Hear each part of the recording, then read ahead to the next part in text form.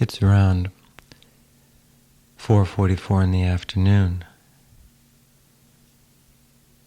on the 4th of November, 1985.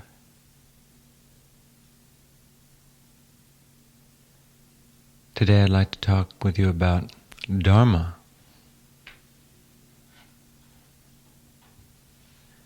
Dharma is a Sanskrit word that means the way or the law.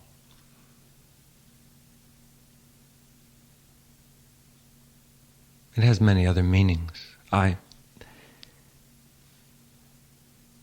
interpret Dharma in a universal sense and an individual sense. The universal Dharma is life. That is to say, the word implies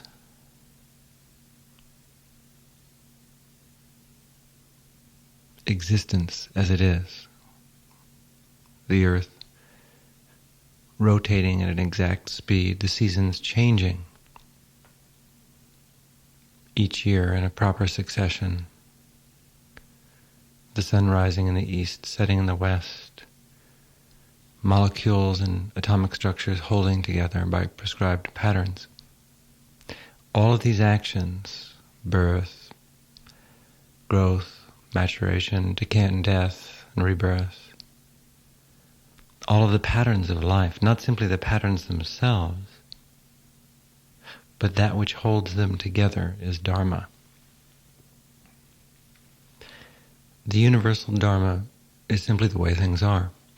But there's also a more precise Dharma for each individual, for each nation, for each world, for each dimensional plane. Dharma, in this sense, means filling the proper absence.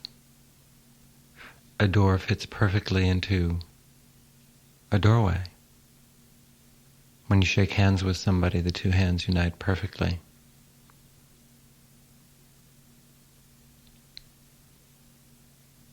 So Dharma is something then that exists for every situation and for every being.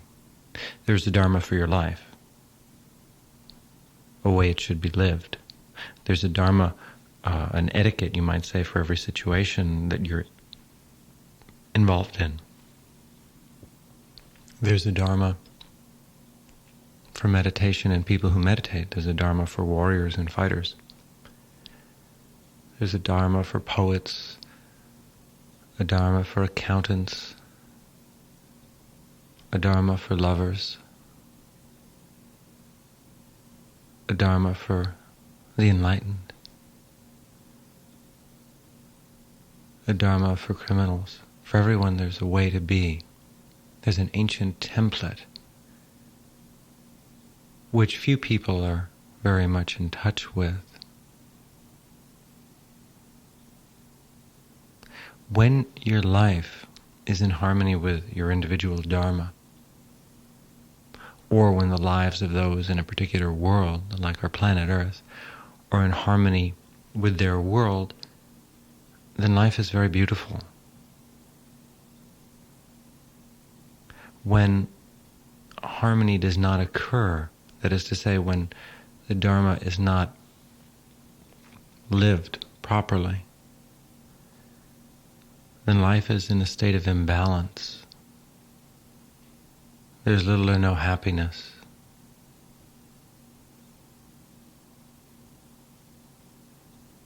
So, finding the Dharma is the quest.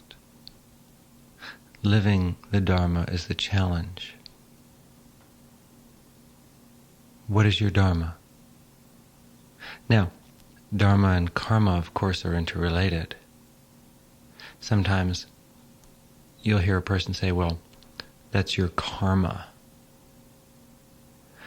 meaning that you're in a certain type of situation or something has occurred to you which was unavoidable because at a past time or in a past life you created a certain type of situation, or you generated some energy, you acted in a way, didn't act, you did or did not do something, either inwardly or outwardly, that created a series of causal events, a chain, which eventually comes back to you.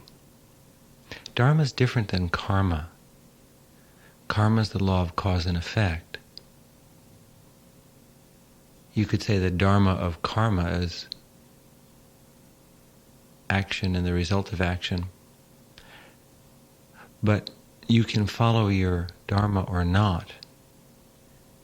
If you follow your dharma, then you might say that you will generate good karma, and if you don't, you'll generate bad karma.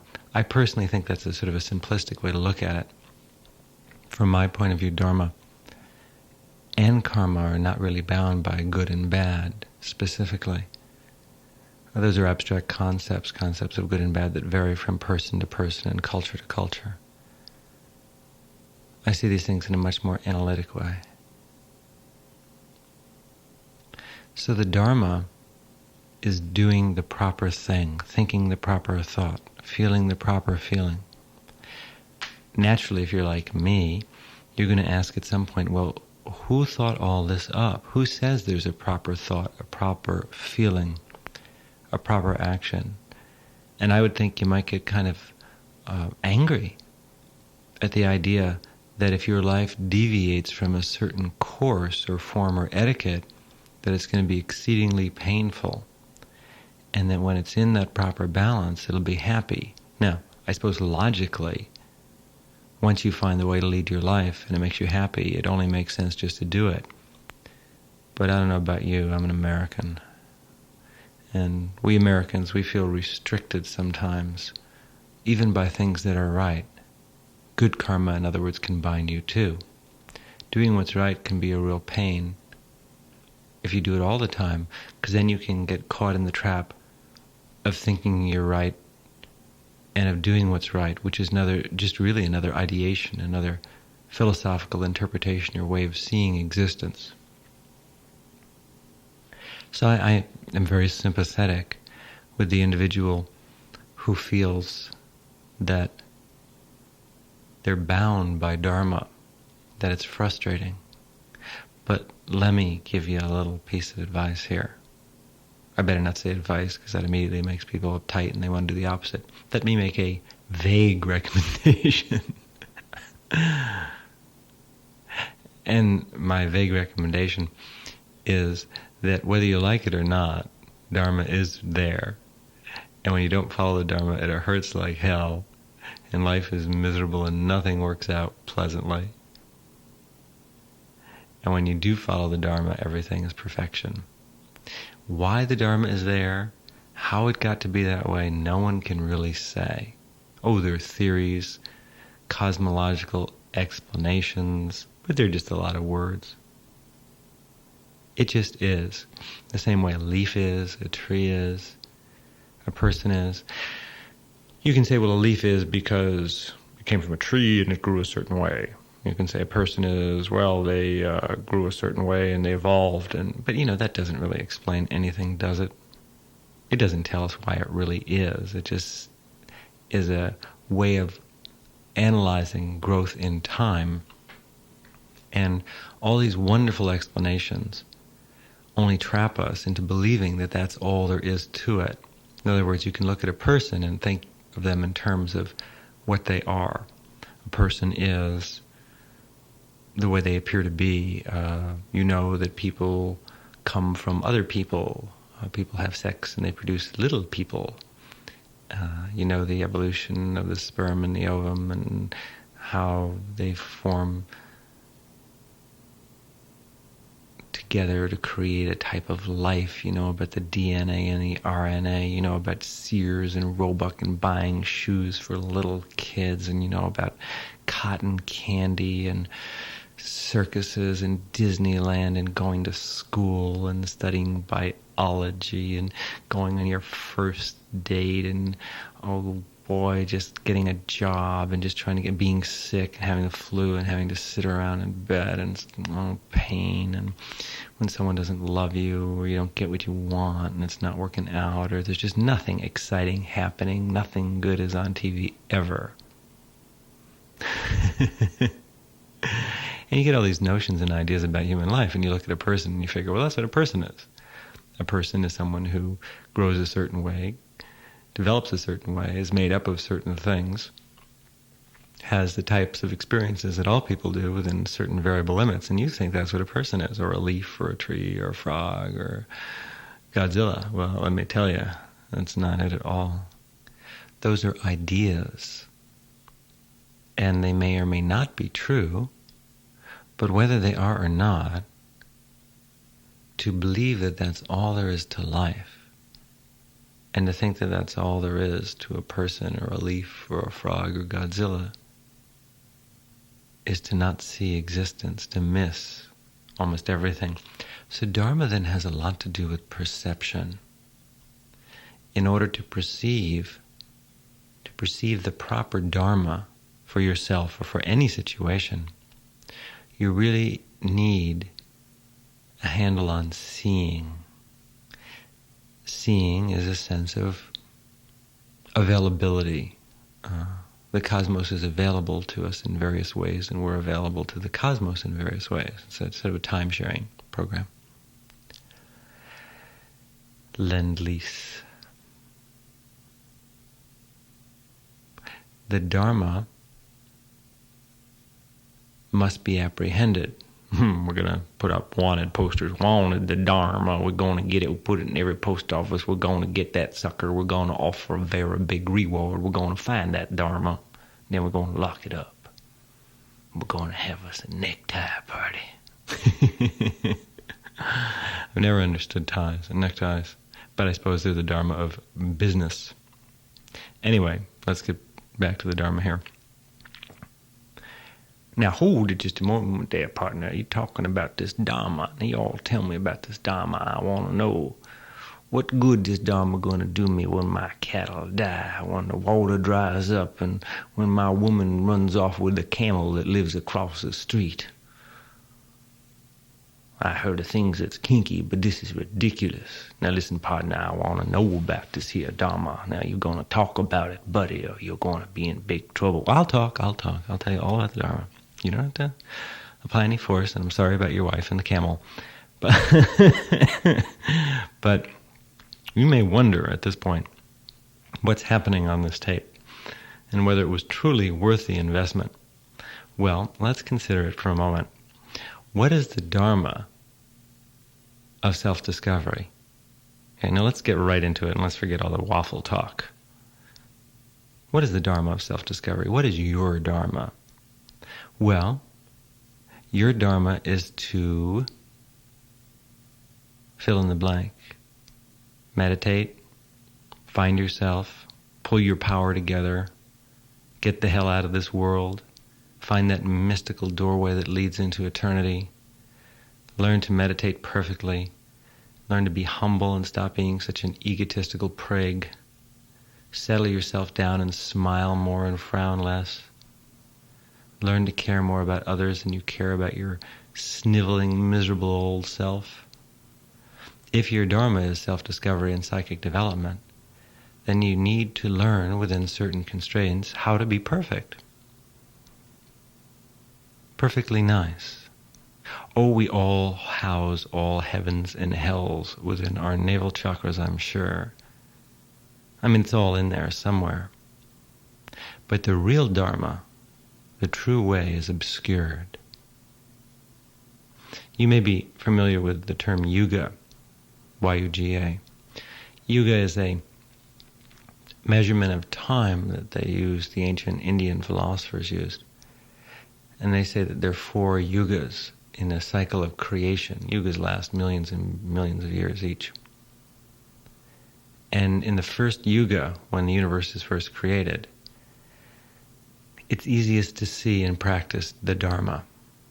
And in each succeeding yuga, the psychic fields of attention of the universe become more obscured. The vibratory rates shift. it's harder to see the truth. It's harder to be happy. In the first yugas, it was paradise. And then in each succeeding yuga, there's more corruption, more violence. When we reach the final yuga, which is the Kali Yuga, which is the yuga that we're said to be in now, we're said to be in the time of greatest darkness, when everything is inverse, when the ignorant rule instead of the wise, when injustice is prevalent, when darkness covers over the land, when the wisdom of the teachers is ignored and the insanity of the perverse becomes the common way. So we live in such a time now, and at such a time higher souls come into the world, are born here for a time to reestablish the Dharma. They bring truth into daily life. We call these souls avatars, meaning that they're very advanced souls that come here specifically to teach. They've already reached a state of spiritual liberation themselves, and they come into this world to teach, to be of service to others, and also just to check the world out, because they got the brochure that told them that this was a nice place to visit for a little while. Sometimes the brochure, like the Hitchhiker's Guide to the Galaxy, needs a little updating though. So here we are in the 20th century, in the time of darkness. People talk about a golden age. Don't hold your breath. It's not the Dharma. This is the end. Yet for every ending there's a new beginning, and there is a golden age inside yourself. I wouldn't worry too much about a golden age occurring on the earth. If you can attain liberation, if you can reach high levels of psychic attention, then you'll see beauty wherever you go, and perfection is everywhere, and it doesn't matter what the age is or what everyone else is doing. Psychic people and occult people have learned to use attention, awareness, to focus, to reach other worlds, and to create those worlds within themselves. This is the Dharma of the psychic. As a psychic person, your Dharma is to evolve your psychic abilities, to visit the great teachers and learn from them, and see them whenever you can. The more time you can spend in the physical presence of the teachers, the better for you, because the real teachers generate a tremendously high field of energy.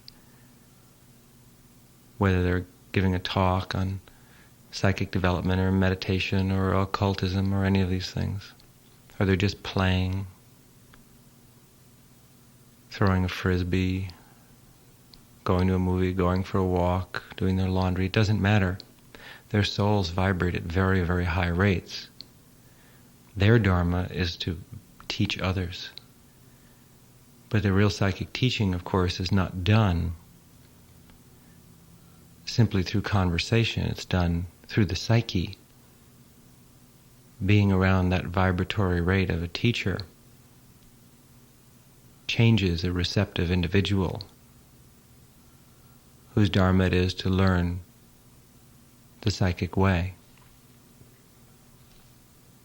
The Dharma of the psychic individual, which of course is you, is very, very different than the Dharma of the individual who's not psychically developed.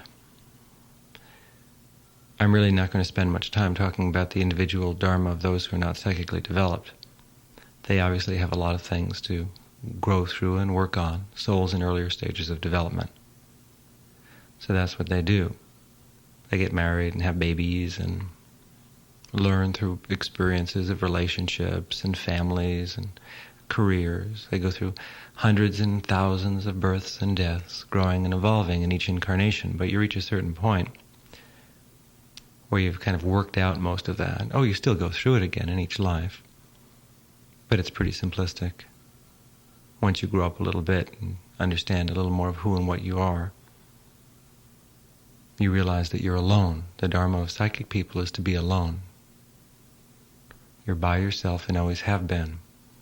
And the facade of family and friends, of career, of meaning even, falls away. And you see that you are alone in the universe, in the universal attention, and that that's a very good place to be. And while you may be alone on your own odyssey, developing your psyche, recalling past life, fields of attention, becoming complete, at the same time you see that you are the universe. You are connected with all life forms. All beings are a part of your own self. You are all things and in all things. So then there's never any loneliness. The universe is your constant companion. It's always with you. But naturally, growing up in the world, you've been conditioned. You've been conditioned to fear being alone, to fear everything just about. You've grown to think of yourself as a person with a definition of a person that people in this world and this society have, but I assure you that you're not.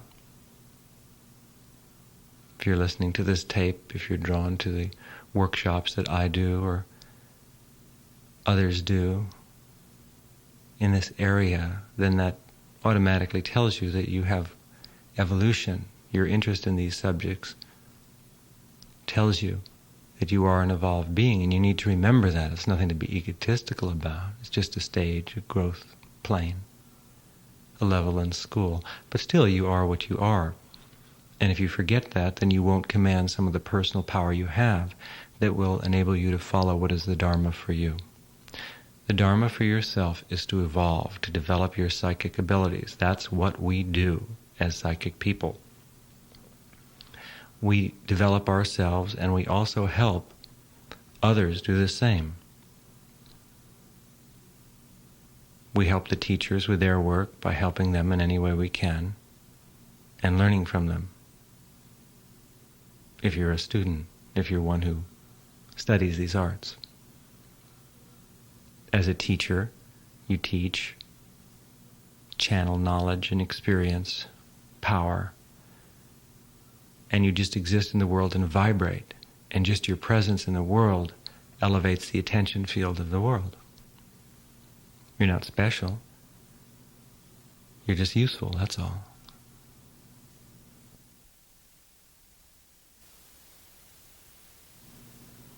The Dharma is to develop yourself. So part of that Dharma is to have a strong physical body. If your body is weak, you will not be able to deal with the high-level vibratory forces that come through the psyche as you develop it. When you meditate and begin to develop your psychic abilities, tremendous surges of kundalini will pass through you, so you need a really strong body. Regardless of what your age is, you need to exercise. It's very important. Run, swim, do yoga, tennis, hike, ski, walk, to exercise, sit-ups, push-ups, aerobics. It doesn't matter. If you're elderly, if you're handicapped, you can still do some type of exercise. Exercise those muscles that move. Walk, work with your arms, whatever you can do. It's very, very important in any way you can to build your body up. At the same time, you have to build up your intellect. The Dharma for one who practices the psychic arts is to have a very strong mind. So it's important that your job challenges your mind, and it's necessary to do a very good job at your job. The Dharma is perfection for people who wish to develop their psychic attention. That means you can't cheat anyone, because you only end up cheating yourself when you do. It means you have to be honest as you can be in all situations. It means that you have to clear your mind and let go of attachments, let go of the people who you're trying to hold on to. Love and appreciate people, have friends, enjoy your family if it's enjoyable.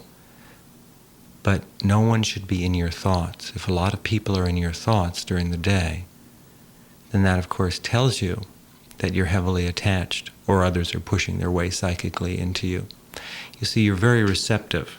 As a psychic individual, you pick up thought forms and vibrations, and the majority of thoughts that are in your mind aren't even your own thoughts. They're the thought forms of others. So the Dharma for someone who practices psychic development is to learn to clear the mind of thoughts. Naturally, the most immediate time that one does that is during the period of meditation. It's essential, at least twice a day, to sit and practice meditation, to stop your thoughts. When you stop thought, you cleanse the psyche. And at that time, your receptors are turned on completely, and you will be able to input the messages from the cosmos, from the galaxy, from other planes of attention, from higher celestial spheres and beings. You see, everyone vibrates at a different rate. All of life vibrates. And the more evolved you are, the faster you vibrate, the faster you process. It's like a faster computer. When you vibrate at a higher rate, that creates certain sensitivities and special conditions whereby you need to lead your life in a little bit different way than people who vibrate at a different rate. Someone who vibrates at a different rate may be able to eat a kind of food that would make you sick, that makes them healthy. They may be able to go to places and do things that don't work out for you. Yet you will be able to do things vibrating at a higher rate that they can't even imagine, have experiences, perceptions, and understandings. So psychic people from time immemorial and occultists have learned to lead a different type of life. Our lives are a little more withdrawn. They're withdrawn into the self because that's where our energy is. That's where our realms are that we explore. We're voyagers. Yet at the same time, it's necessary as a psychic or occultist to be able to effectively deal with the world and not to be afraid to go out and mix with people, have a job, work, be successful, make some money, have a good time, go to a good restaurant. The Dharma for this psychic individual is not to hide away on the top of some mountain.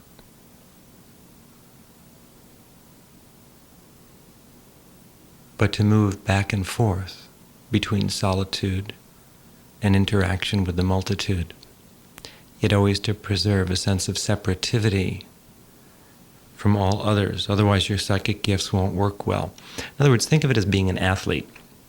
You want to be in the Olympics, right? So you're going to spend many, many years developing and preparing your body. And each year the body will get stronger. Occasionally you may have an accident, you may have to take some time to heal, then you start over. But it comes back more and more quickly each time. Once you've been successful at something, it's always easier to be successful at it the second time, and so on. So you're developing your psychic abilities. That's the Dharma for a psychic person.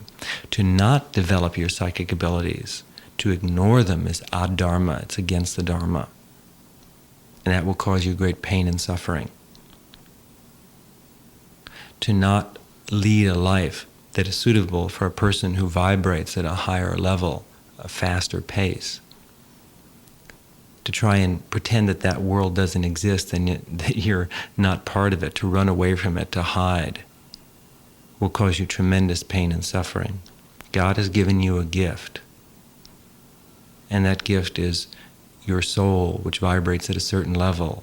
That gift is your evolution, your psychic abilities. To not develop them is to go against the Dharma. It will be very painful for you, because you will always know that you failed. You'll always know that you were a chicken. You will always know that you were unfulfilled. And in your next life, the situation will not be karmically very good either. you set yourself up badly for your next incarnation, and it'll be even more difficult than this one was. And so on and so on. You can go into a chain of devolving incarnations. Incarnation doesn't always go upward.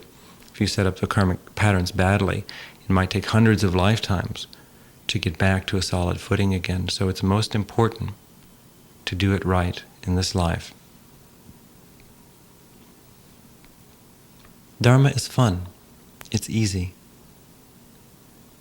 But you must have the stillness. The stillness is where you sense that rightness. The question, of course, with Dharma is, well, Rama, you say that I should follow the Dharma, but what the heck is it? Well, certainly I and others try and recommend what the Dharma is, generally, in the tapes and in talks that I give.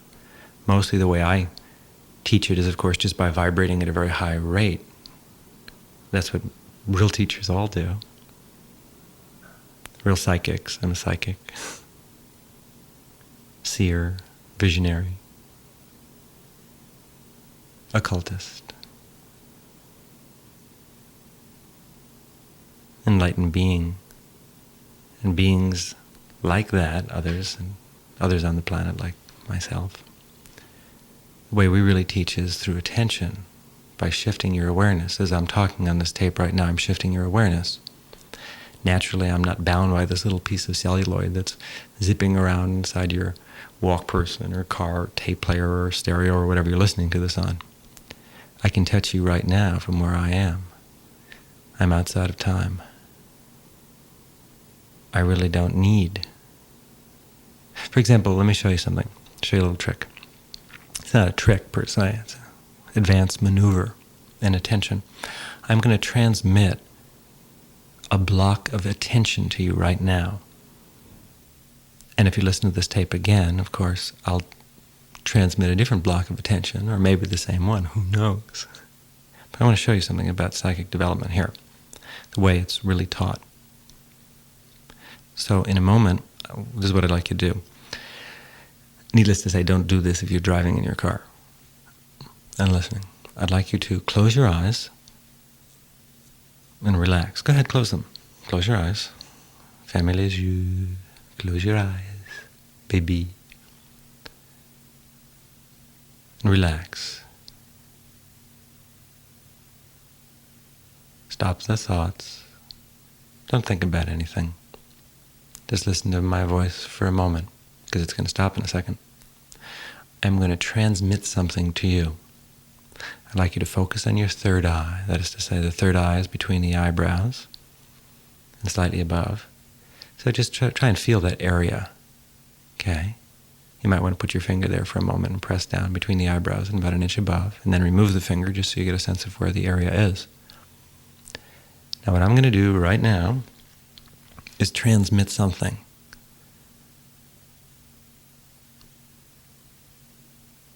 To you, wherever I happen to be at the moment. This tape is just going to be our interactive medium. But I'll be somewhere when this tape is made, in the body or out, someplace on the planet or off planet. And when you do this, I'll feel you. I'm going to transmit a block of attention, not a particular thought or an image, but a complex of interdimensional lines. I'm going to transmit them to you right now. Okay, so focus on your third eye, feel that area, relax, and here we go. It's going to be just a minute or so of stillness, well, not that long.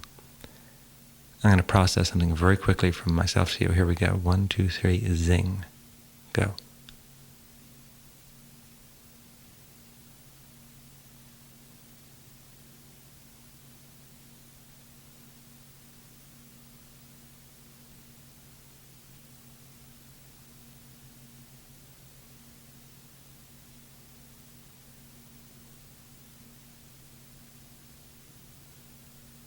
There you go.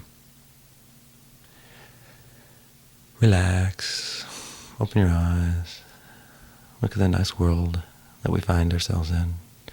We're only here for a while, enjoy it. I've just transmitted a message to you, not a message to go someplace and do something. A message about life and understanding. That's a Psychics teach. Advanced psychics. Enlightened beings.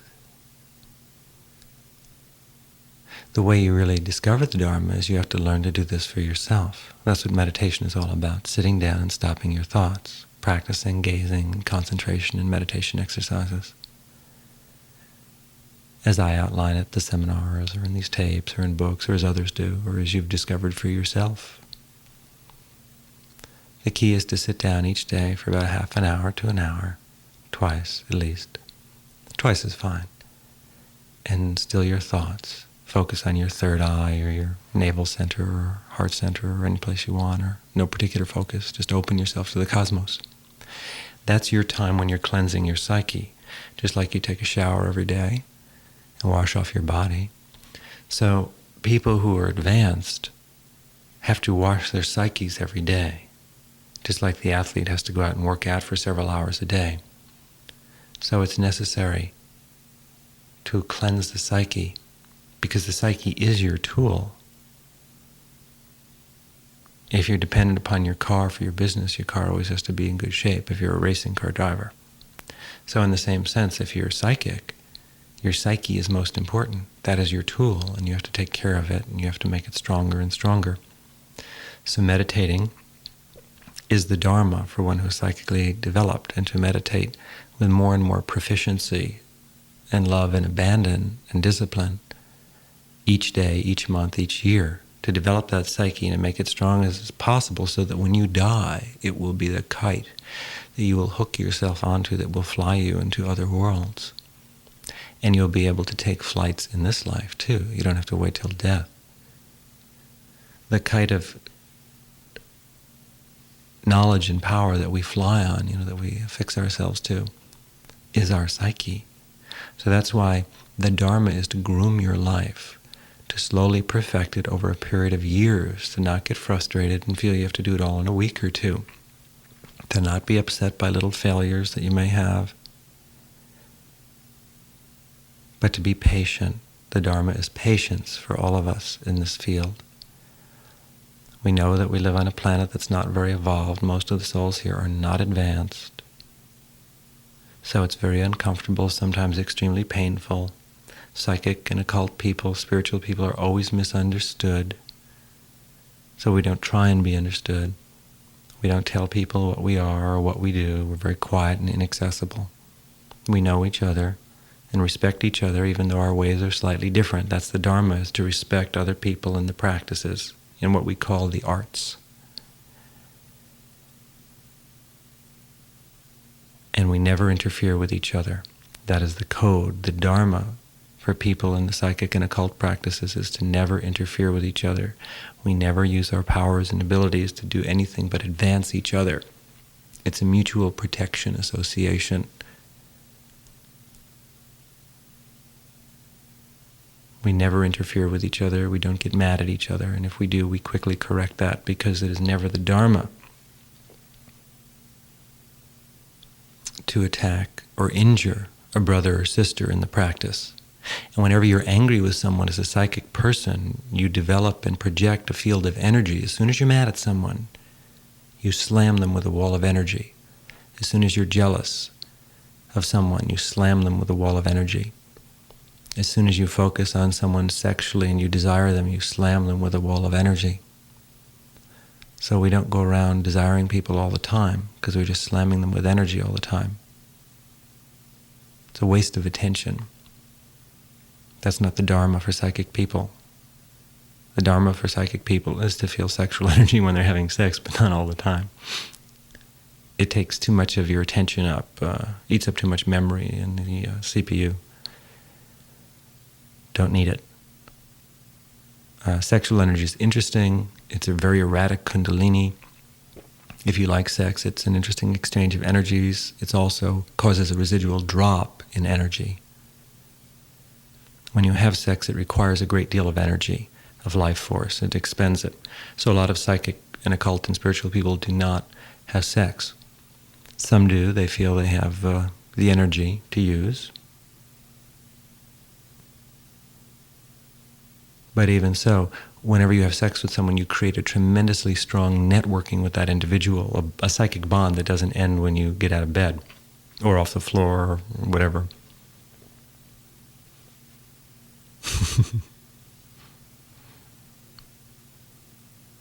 The Dharma for psychic people is to love and be very unattached. To know that you're only in this world for a little while and that you've come from other worlds and that one day you'll return to them. But you will only return to them when you fully develop. That's the karma of psychic people. So your challenge in this life is to develop yourself through all the hardships and adversities and beauties that you'll pass through in this life. The Dharma for you is to develop yourself, to learn to be honest with yourself and not lie to yourself, to know what your real motives are and not feel bad about them, but at least be honest about them with yourself or yourselves. To realize you're composed of many different selves. They're different voices, and not all of them are healthy. And to only choose to listen to those voices inside the self that are beneficial, that lead you to a good place, to a happy state, to a state of inner stillness, to avoid things that upset you, types of music, types of food, experiences, movies, places, faces in the news, places of power that overamp you. And to work on that stillness and developing those psychic abilities. You have to practice being psychic. It doesn't just happen. It's like exercising a muscle. You've got to do it, and if you do it, it gets stronger and stronger and stronger. Naturally, you don't have to be a strong person athletically to practice these arts. You have to keep your body as strong as can be. But our strength is in our attention field. That's where we work our miracles. That's where we create universes and change our lives.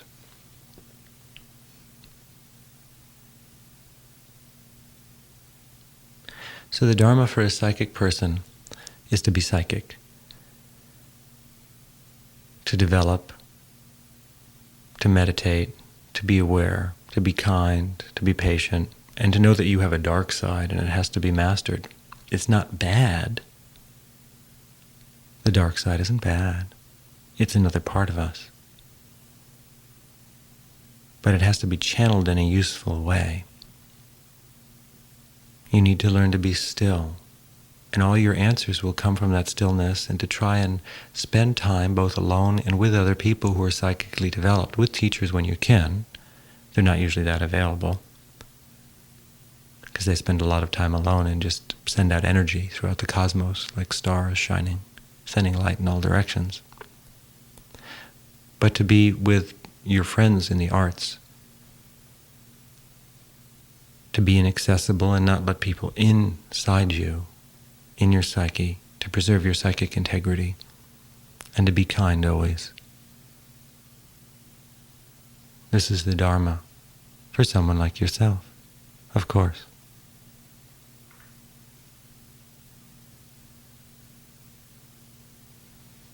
The universe is always changing. Our lives are like water. We flow, not knowing where we've come from, not knowing where we're going, only sure of that which we are. We are not anything particular, we're attention.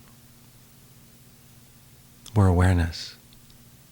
Whatever your awareness moves into, you say that you are. So if your awareness moves into a body, you say, I'm a person, if it's the body of a person. When you go into the astral worlds, when your attention moves into the astral, you say, well, I'm in the astral, or I am the astral, or I'm an astral being. We are what we assume. When your attention moves into enlightenment, you say, I am enlightenment. Because you are, because that's what your attention is. We are our attention, our awareness field, that is. So as you expand your attention, you change, you become other things, other beings.